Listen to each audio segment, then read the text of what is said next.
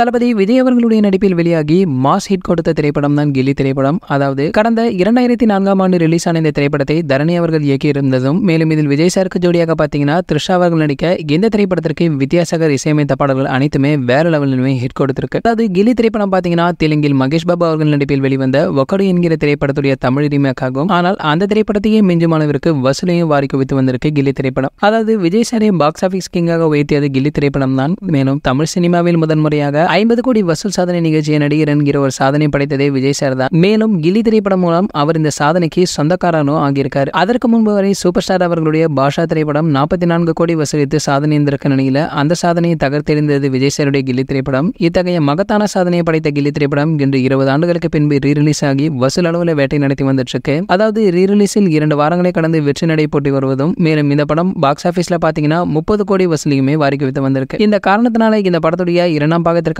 பேச்சுவார்த்தை நடந்து வந்துட்டு இருக்கணும். ஆனால் இதில் தளபதி விஜய் அவர்கள் நடிப்பாரா என்பதுதான் தெரிய வரவில்லை. அப்படி விஜய் சார் நடிக்காவிட்டாலும் இந்த படத்தை வேறு நடிகரை வைத்து எடுப்பார்களாம். அப்படியே படம் நல்ல வியாபாரமானால் போதும் என்கிறார் தயாரிப்பாளர்கள். சரி, ஓகே, இது போன்ற தளபதி பற்றி வெளியாகும் அனைத்து செய்திகளை நீங்க உடனே தெரிஞ்சுக்க நம்மளுடைய தளபதி 360 நம்ம சேனலை சப்ஸ்கிரைப் பண்ணிக்கங்க. பக்கத்தில் உள்ள பெல் ஐகானை கிளிக் பண்ணிட்டீங்கன்னா நீங்க நம்ம வீடியோவை மிஸ் பண்ணாம பார்க்கலாம்.